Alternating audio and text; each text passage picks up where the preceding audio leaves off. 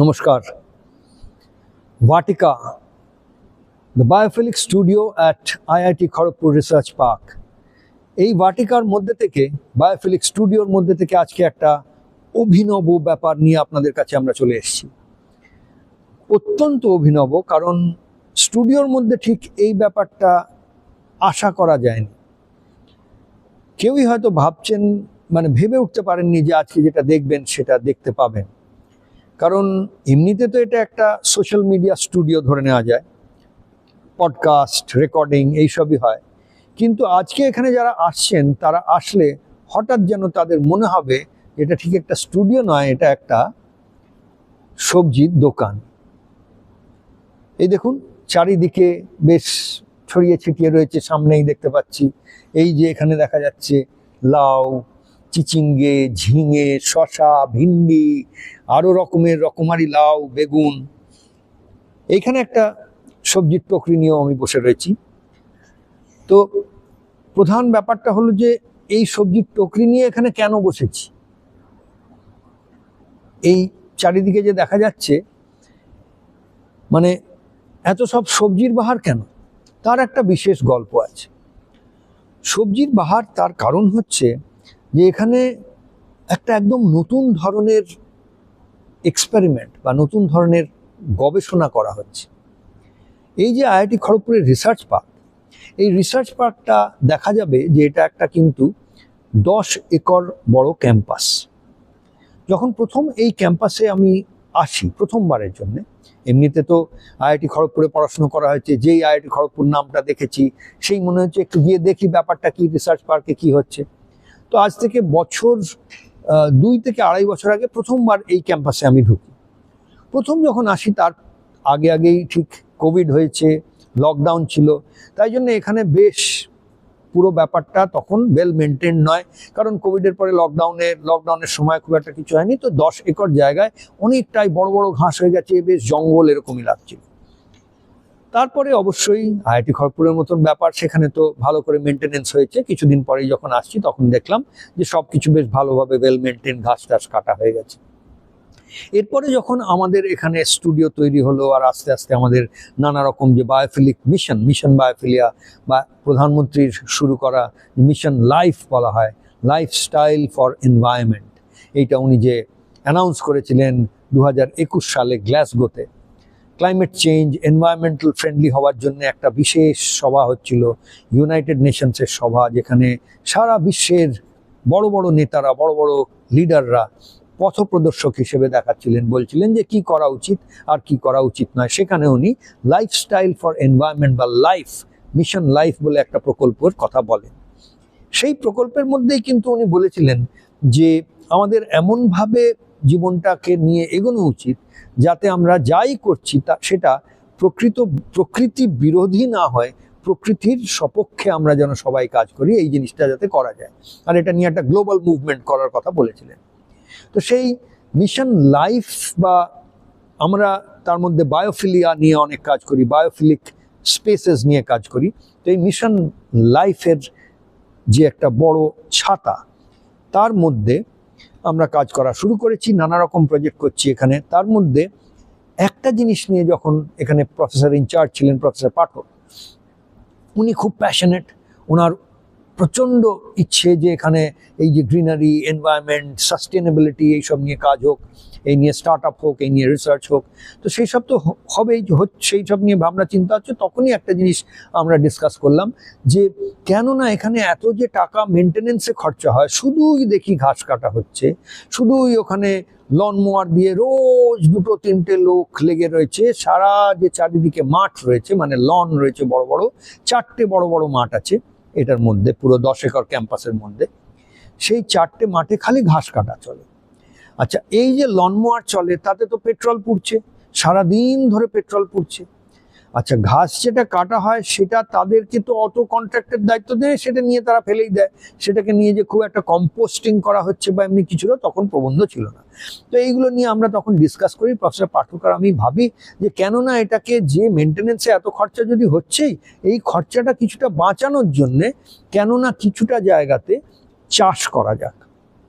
আর সেই চাষটা এমনভাবে করা যাক যেটা স্মার্ট এগ্রিকালচার বা স্মার্ট ফার্মিং, যেটা নিয়ে আমরা অনেক দিন ধরে কাজ করছি, যেটাকে আমরা এলো ফার্মিং বলি বা লোকালি অপটিমাইজড ফার্মিং, সেই ফার্মিংয়ের কাজ করা যাক।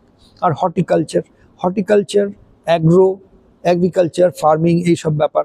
আর তার মধ্যে অবশ্যই যেহেতু আইআইটি খড়গপুরের রিসার্চ পার্ক, তাই জন্যে এই সব যে প্রযুক্তি, এমন প্রযুক্তি ব্যবহার করা হোক যেটা দিয়ে এই চাষ ব্যাপারটাও একদম আধুনিকভাবে করা হোক।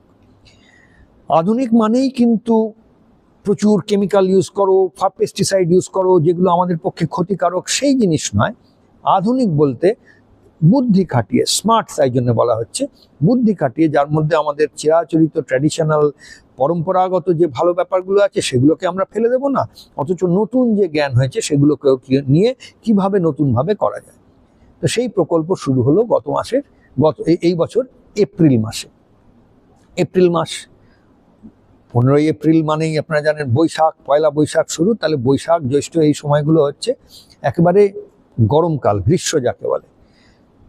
একেবারেই কোনো রকমভাবে এরকম একটা প্রজেক্ট হাতে নেওয়ার জন্যে সঠিক সময় নয়, কারণ জলের অভাব, প্রবলেম, প্রখর রোদ্দুর, আর তার আগে কোনোদিন এই জমিতে চাষ হয়নি।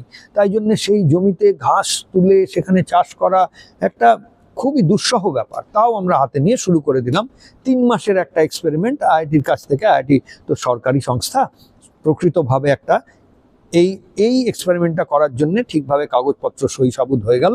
তারপর আমরা 25 তারিখের, মার্চ মাসের 25 তারিখে আমরা কাগজপত্র সই করে কাজে নামলাম। 1 এপ্রিল থেকে কাজ শুরু হলো। প্রথমে প্ল্যানিং এইসব করতেই কটা দিন গেছিল। মোটামুটি তার দিন 10 পরে, মোটামুটি বলা যায় পয়লা বৈশাখ নাগাদ কাজ শুরু হলো ঠিকভাবে।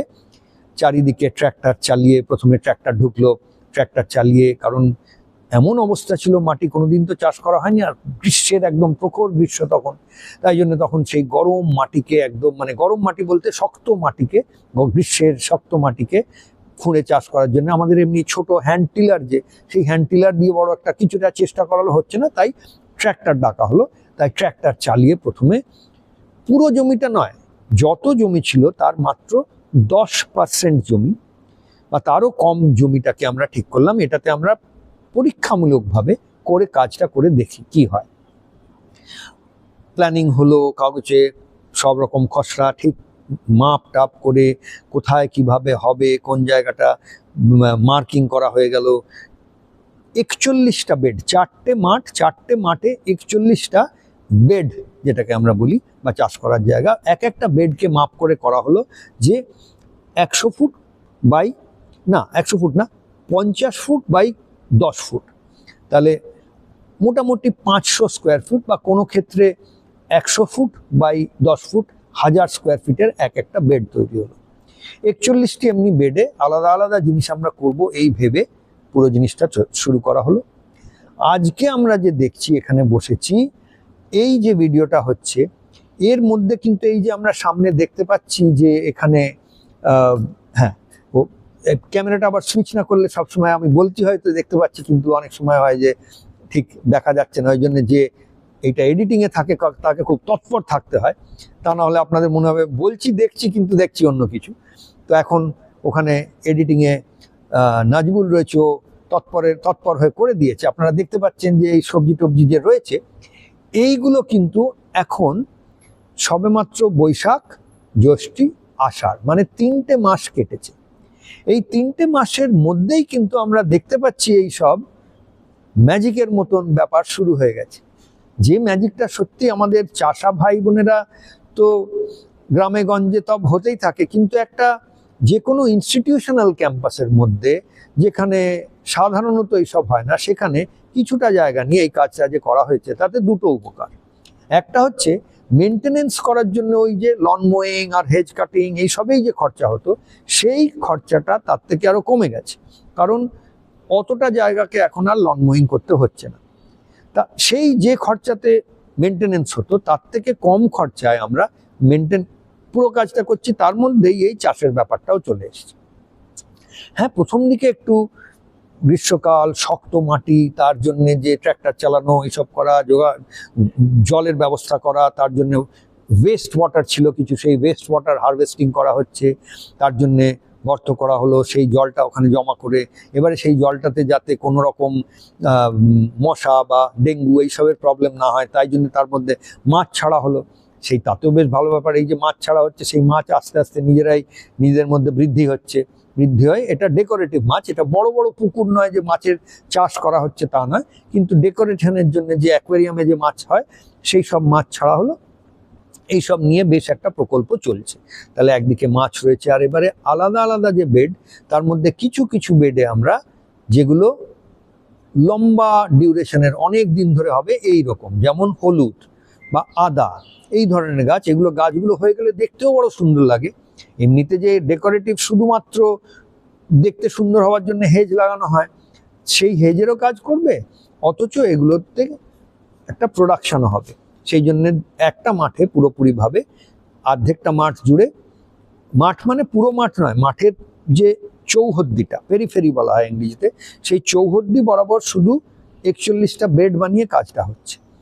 তো তার মধ্যে হলুদ আর আদা লাগানো হলো। তারপরে যে 2 নম্বর মাঠ আর 3 নম্বর মাঠ আর 4 নম্বর মাঠ, সেইখানে আলাদা আলাদা জিনিস। একটাতে সূর্যমুখীর চাষ করা হলো, যেটা সামনের দিকে বেশ আসতেই মানুষ দেখতে পাবে, সেইখানে সূর্যমুখী দেওয়া হলো। তাও একটু দেরি হয়ে গেছিল সূর্যমুখীটা দিতে, কারণ আমরা শুরুই করেছি সূর্যমুখীটা লাগানোর সময় তার একটু আগে।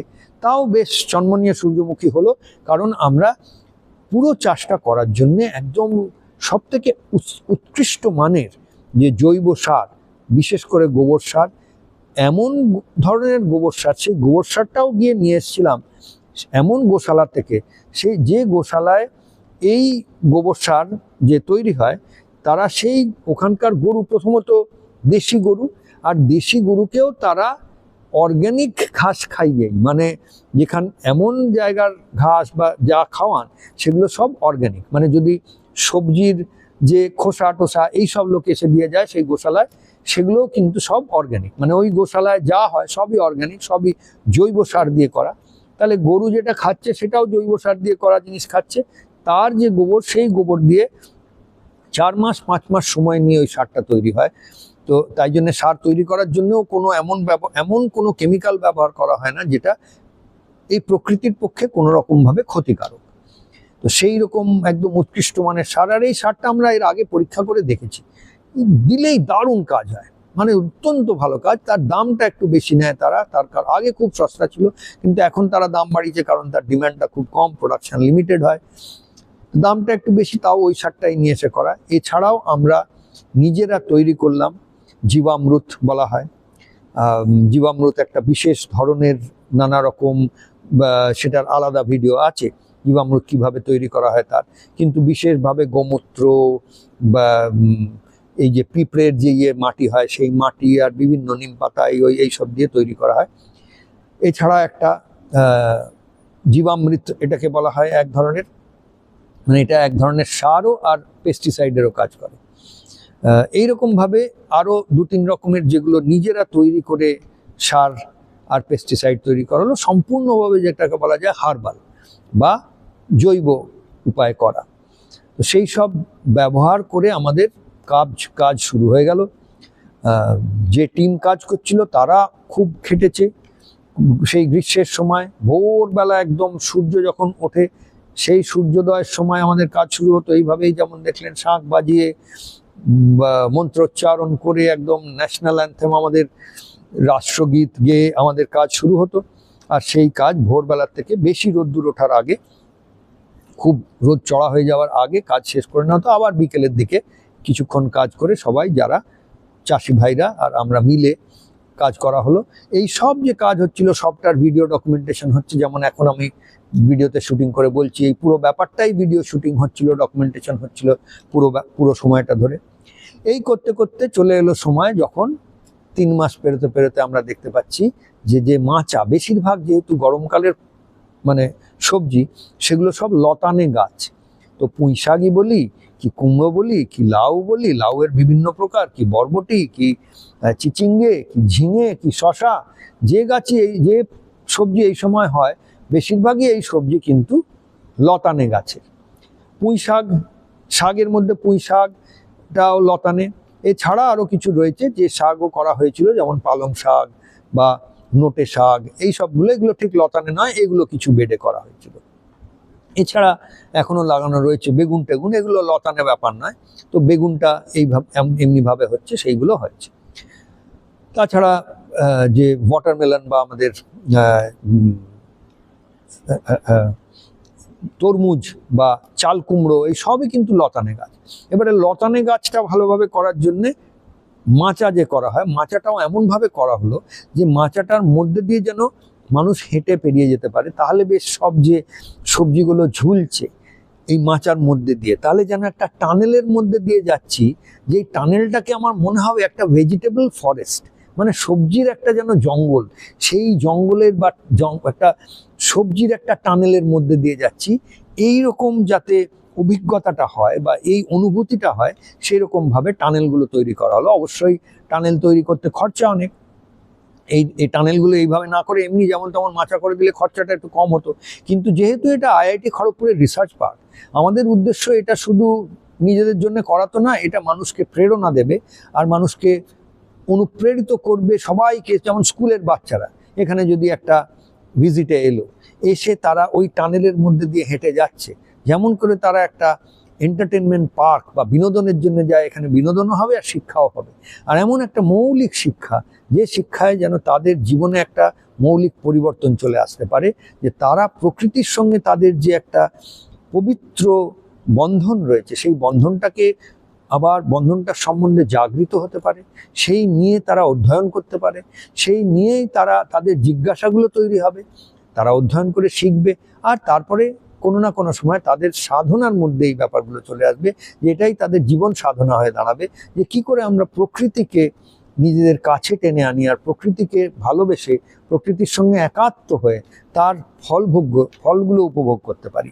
এটাই জীবনের জাগরণ থেকে, জিজ্ঞাসা থেকে, অধ্যয়ন থেকে সাধনা, এই যে শিক্ষার যে এই মৌলিক সিঁড়িগুলো, এই সিঁড়ির ধাপে ধাপে তারা যাতে উঠে যেতে পারে, তারই ব্যবস্থা করা হয়েছে। তাহলে শুধু যে কিছু সবজি তৈরি করা হচ্ছে, বেচা হচ্ছে, তাই দিয়ে এটা তো হচ্ছেই, সেগুলো করলে এই যে সবজি হচ্ছে, এগুলো দিয়ে এখানে এখন রিসার্চ পার্কের মধ্যে 200 জন লোক খায়, এরকম একটা ক্যান্টিন চলে। তাহলে সেই ক্যান্টিনে যদি আমরা দিই, বা এর ঠিক উল্টো দিকেই যেখানে আমাদের কর্মযোগ আশ্রম আরেকটি বাটিকা আছে, সেটা রেসিডেন্সিয়াল বাটিকা, 3000 ফ্যামিলি থাকে একটাই গেটেড কমিউনিটির মধ্যে। সেই গেটেড কমিউনিটির লোকেরা হাঁ করে বসে আছে যে কবে এরকম মানে যেটাকে বলা হয় harmful chemical and pesticide free, মানে কোনো রকম হানিকারক কেমিক্যাল বা পেস্টিসাইড ওষুধ বা এই মানে পোকামাকড় মারার জন্য যে ওষুধ ব্যবহার হয়, সেই সব না ব্যবহার করা যে শাকসবজি, আর তার থেকেও বড় কথা ফ্রেশ। ফ্রেশ মানে এক্ষুনি তুললাম, তুলেই খেলাম। যেমন এখানকার তোলা জিনিস, যেহেতু ভিন্ডিটা ফ্রেশ, সেই জন্য ভিন্ডিটাকে নিয়ে একদম কচকচ করে এই যে ক্লোজ আপ ক্যামেরায় দেখতে পারি আরো, যে খেয়ে ফেললাম। তো এইভাবে শশা টশা তো স্যালাডে কাঁচা খাই মানুষ, কিন্তু ফ্রেশ খাবারটা, ফ্রেশ সবজিগুলো আমরা কিন্তু, যেটা সাধারণত কাঁচা খায় না মানুষ, চিচিঙ্গেই হোক, বরবটি হোক, এমনকি করলা, লাউ, কুমড়ো, এই সব কিন্তু যদি ফ্রেশ তোলা হয়, ঠিক সময় তোলা হয়, তাহলে সে কাঁচা খাবারও যে স্বাদ, যে অপূর্ব, এ আমি বলে বোঝাতে পারবো না। তো এই যে ব্যাপারটা, যে ফ্রেশ খাবে মানুষ, chemical and pesticide, harmful chemical and pesticide free, তার মধ্যে আমাদের এখানে কেমিক্যাল দেওয়া হলোই না একেবারে।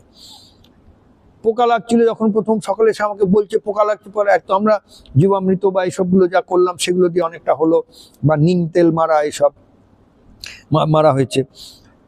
একটু বলা হলো ঠিক আছে পোকা লাগছে, হোক না কিছুদিন দেখি, কিছুদিন পরে দেখছি সেই গাছগুলো নিজেরাই শক্ত সবল হয়েছে, হয়ে গাছ যখন প্রথম ছোট ছিল, পোকা লাগছিল বলে সকলের ভয় হচ্ছিল, কিন্তু যেই গাছ একটু ওর মধ্যে দিয়ে বড় হলো, তখন কিন্তু গাছ নিজে শক্ত সবল হয়ে গেল, ওই পোকা এসে তাকে ধরাশায়ী করতে পারছে না।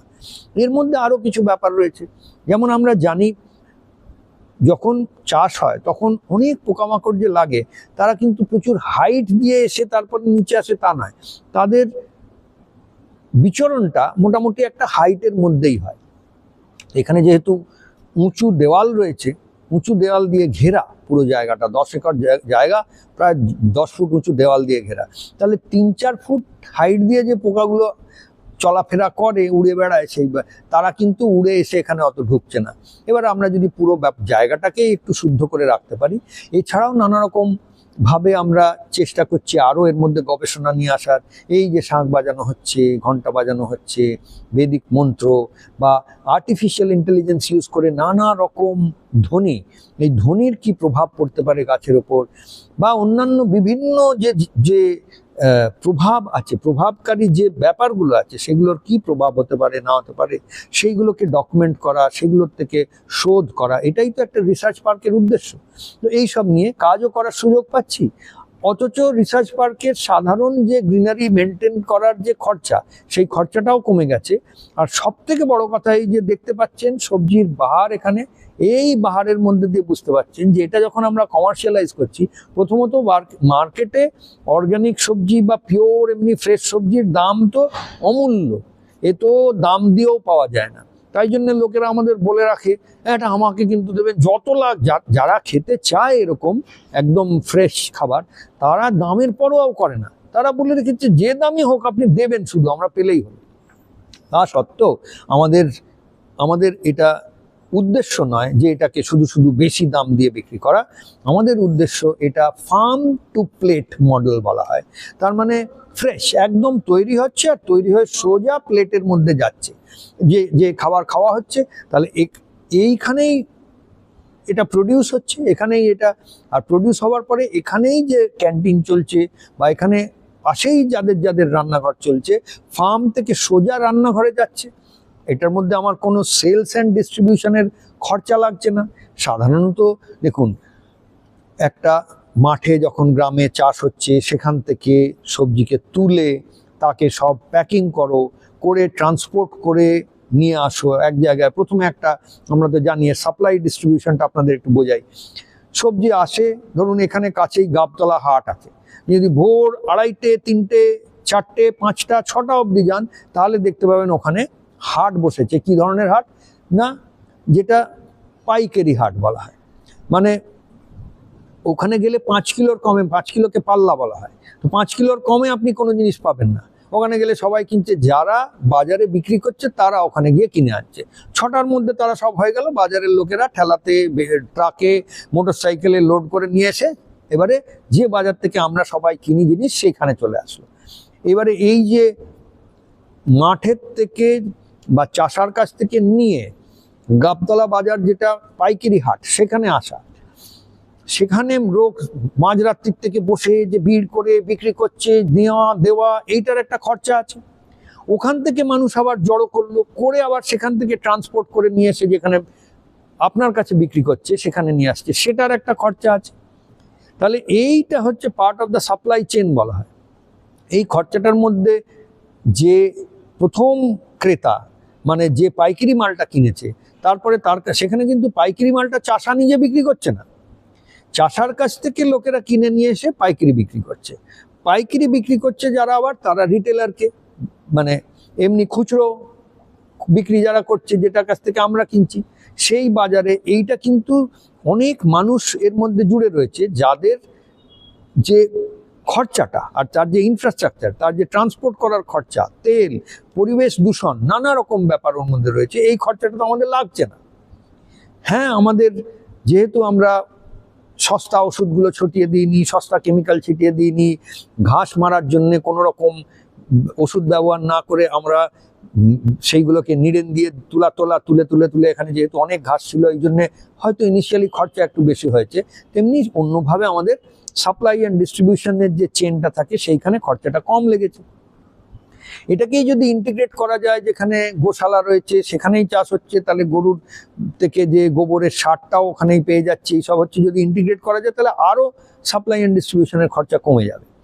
যাই হোক, এর মধ্যে আমরা মোটামুটি একটা বাজার দর, যে আজকে যদি এই শশাটা যে দরে বিক্রি হবে বা ভিন্ডিটা যে দরে বিক্রি হবে, বা এখানে দেখতে পাচ্ছি যে এত সুন্দর সুন্দর দেখতে পাচ্ছি এই লাউটা, বা এইটা আরেক ধরনের লাউ রয়েছে, এইখানে আমি যদি একদম এবারে হিসেবেই বসে যাই, যে বেশ একটা হাট বাজারে সবজি বেচতে বসেছি, সেইভাবেই যদি নিজেকে দেখি, তাহলে হ্যাঁ এটা কত বাজার দর, ভিন্ডি আছে লোকে দেশে ইয়ে করে, এখানে রয়েছে করলা, এখানে রয়েছে বেগুন, এই যে নানা রকম রয়েছে, কি সুন্দর ঝিঙে, ঝিঙের সাইজ দেখুন, আহা, এই যে লাউ, ওদিকে চিচিঙ্গে, তা এইসবের যা বাজার দর, সেই বাজার দরের থেকে মোটামুটি 25% বেশিতে আমরা ঠিক করেছি যে এটাকে কমার্শিয়ালি আমরা বিক্রি করব। এইটা করলে আমরা দেখছি যে এখন তো সবে শুরু, এই এক সপ্তাহ হলো ফসলটা উঠতে শুরু করেছে, তাও যেগুলো পার্মানেন্ট গাছ যেমন লাগানো হয়েছে, পার্মানেন্ট মানে একটু বেশি মেয়াদি, যে ওল, কচু, আদা, হলুদ, এই যে ব্যাপারগুলো লাগানো হচ্ছে, এগুলো ফসল এখনো হয়নি, ওগুলো তো 1 বছর 2 বছর লাগবে তার ফসল উঠতে, বা কোনোটা 6 মাস, কোনোটা 8 মাস এরকম লাগবে। কিন্তু যে ফসলগুলো অলরেডি উঠতে শুরু করেছে তার দরুনই একটা আয়ের ব্যবস্থা হয়ে গেছে। এই আয়ের ব্যবস্থাটা দিয়ে আমাদের যে খরচাগুলো গেছে, সেই খরচাগুলো আমাদের অলরেডি মানে উঠে আসতে শুরু করেছে, যদি আমরা এগুলোকে যে বললাম যে বাজার দর থেকে 25% বেশি দরেও বিক্রি করি। এইবারে এর মধ্যে আমরা একটা বিশেষ ব্যাপার করছি, যে যেহেতু আইআইটি খড়গপুরের রিসার্চ পার্কের মধ্যে হচ্ছে, আগে আইআইটি খড়গপুরের রিসার্চ পার্ক যে মেনটেন্যান্সের জন্য খরচাটা দিত, তার বদলে আমরা একটা ব্যবস্থা করে নিয়েছি যে একটা অংশ, এই ক্ষেত্রে হয়তো 20% একটা অংশ ডিসাইড করেছি আমরা আইআইটি খড়গপুর রিসার্চ পার্ককেই দিয়ে দেবো এর থেকে যেটা আসছে। তাহলে এইটা করলে আগে যেটা দিয়ে তাদের খরচা করতে হতো, তার জায়গায় সেখানে ইনকাম হতে পারে, সেটা বড় কথা না।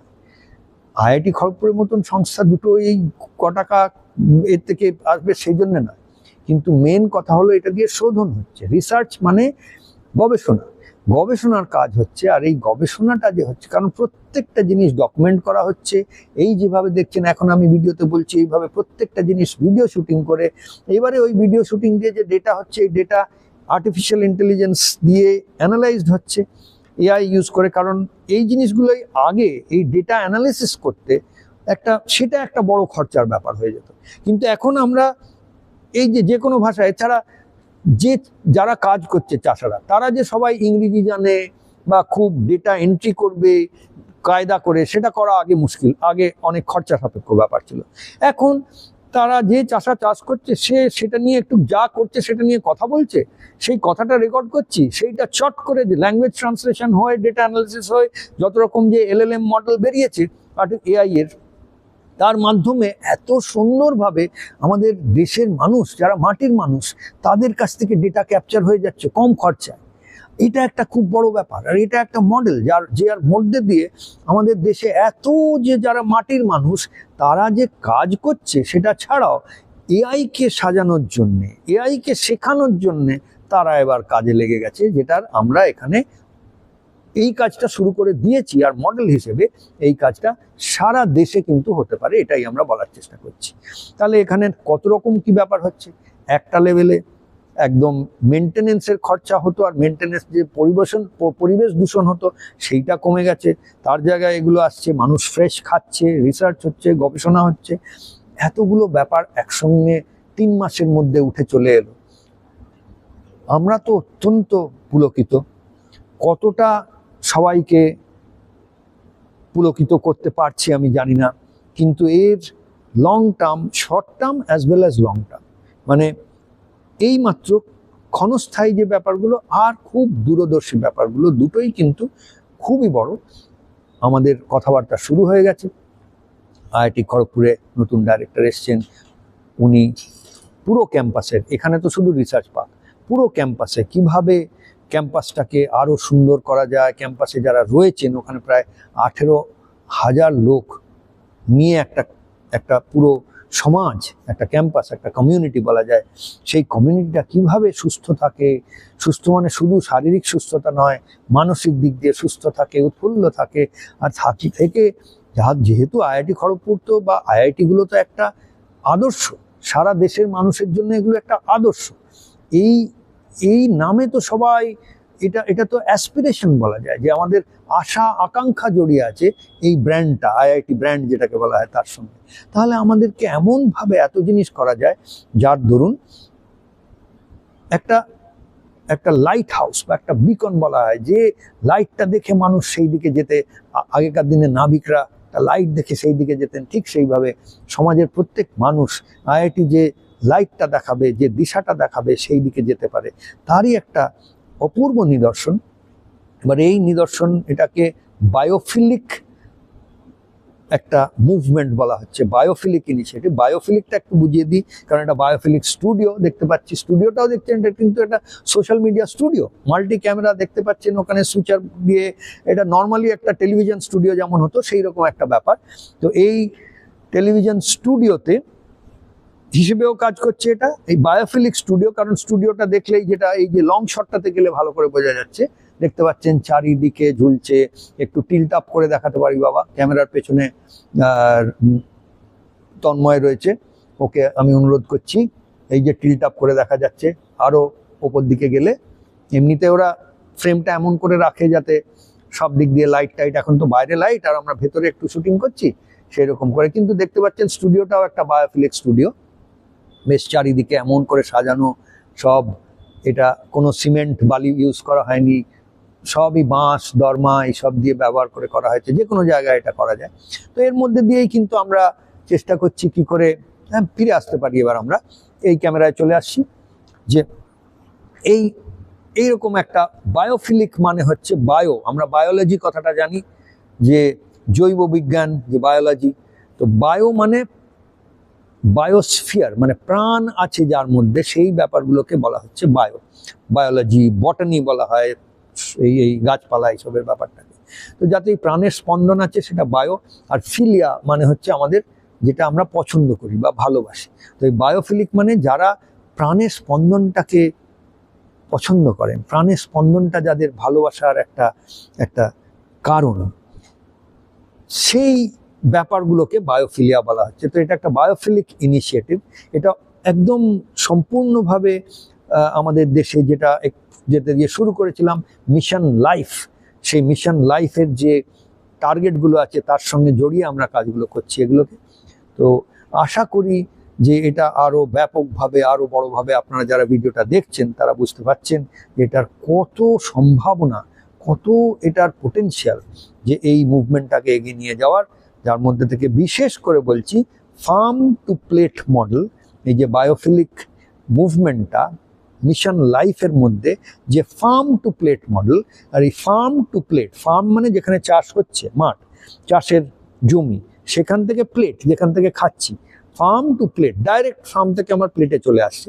এখানে যেমন আমরা এই সব সবজি টবজি নিয়ে যখন আমাদের এখানে ক্যান্টিনকে বা এখানের যে রান্নাঘর সেখানে দিচ্ছি, তারা এগুলোকে রান্না করছে, করে এইটা সার্ভ করছে, ফ্রেশ জিনিসটা যখন সার্ভ করছে রান্না করে, আর আরেকটা বাজার থেকে কিনে আনা জিনিস সার্ভ করছে, এই দুটোর তফাৎ যখন মানুষ খেয়ে যদি বুঝতে পারে যে হ্যাঁ এটা খুব ফারাক রয়েছে, আর সেটা আমরা করছি, এই ফারাকগুলো বোঝার জন্যে প্রকৃতভাবে এভিডেন্স বেসড ফারাক, আমি বলে দিলাম বলেই তো হয়ে গেল না, এভিডেন্স বেসড মানে এর একদম পরীক্ষা নিরীক্ষা হচ্ছে, ব্লাইন্ড ফোল্ডেড টেস্ট, মানে যেমন সেই পেপসি কোকের টেস্ট হতো, এইসবের টেস্ট হতো না, যে কোনো জিনিসের টেস্ট হয়, যে ডাবল ব্লাইন্ড টেস্ট বলা হয়, এরকম নানা রকম পরীক্ষা হয়, যে টেস্টটা করছে সে জানে না কোনটা কি, কোনটা ফ্রেশ আর কোনটা এলো ফার্মিং করা, কোনটা আমাদের আর কোনটা বাজার থেকে এসছে, সেইভাবে টেস্ট করে পরীক্ষা করে এভিডেন্স দিয়ে একদম মানে স্থাপন করা হচ্ছে যে এই সত্যটা,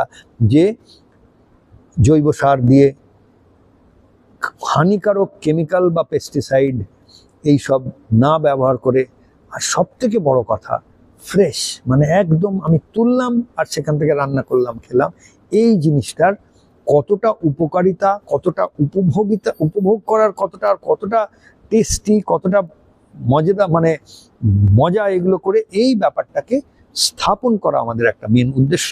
আর তার সঙ্গে যে বললাম এর সঙ্গে জড়িয়ে রয়েছে আরো নানা রকম ব্যাপার, সেগুলো সব নিয়ে আমাদের এই কাজ। আশা করছি যারা ভিডিওটা দেখছেন তারা আস্তে আস্তে সবাইকে সমাজের মধ্যে এই বার্তাটা পাঠাবেন, এই ভিডিওটাকেই সার্কুলেট করবেন।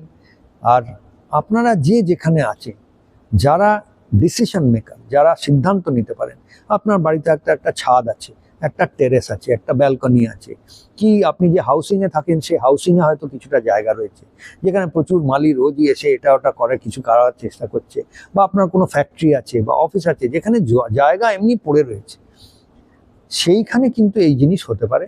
আর আমরা ছোট জায়গার মধ্যে কিভাবে করা যায় তারও নানা রকম ভাবে প্রযুক্তি, এক্সপেরিমেন্ট, গবেষণা, বিজ্ঞান এই সবগুলো নিয়ে কাজ চলছে। তাই জন্যেই এই রিসার্চ পার্কের ব্যবস্থা।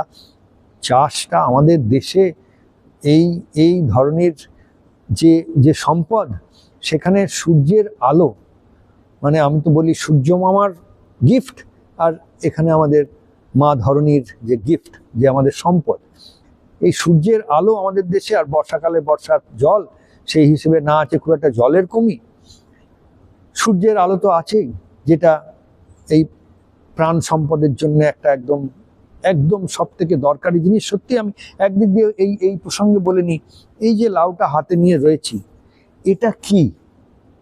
আমরা যখন মুখে একটা খাবারের এক মুঠো ভাত ডাল মেখে মুখে দিচ্ছি, তখন আমরা কি জাগৃত যে এইটার মধ্যে আমি কি খেলাম?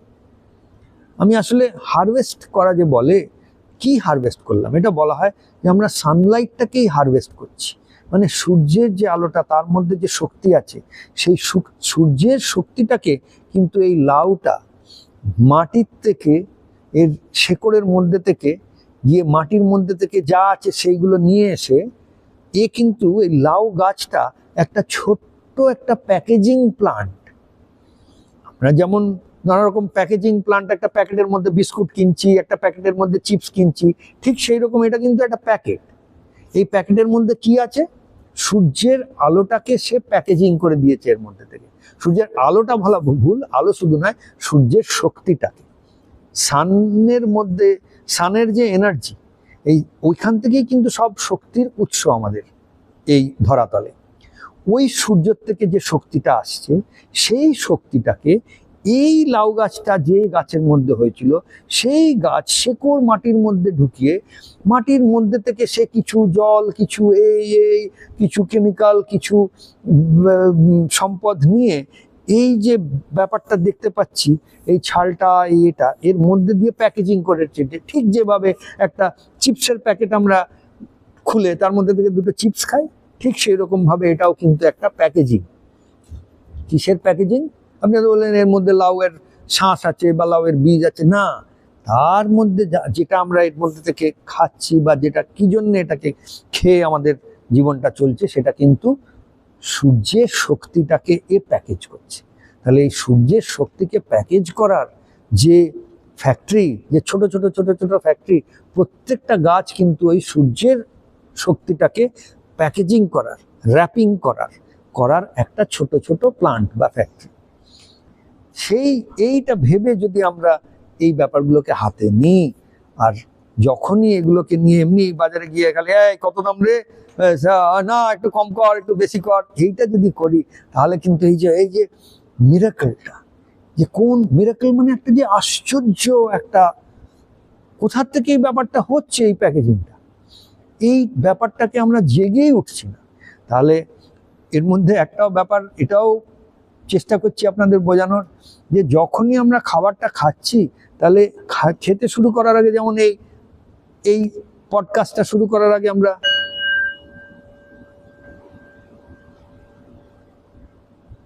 এটা বাজিয়ে শুরু করেছিলাম কেন?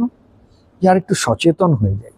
যে কথাগুলো আপনাদের বলবো, সেই কথাগুলো যেন এমনি বলে দিচ্ছি, কোথাও পড়েছি, করেছি, কে বলেছে তাই জন্য নয়, যাই বলছি একটু সচেতন হয়ে বলি, নিজেকে একটু জাগিয়ে নিই। ঘুমোতে ঘুমোতে যা ইচ্ছে বলে দিলাম তা নয়।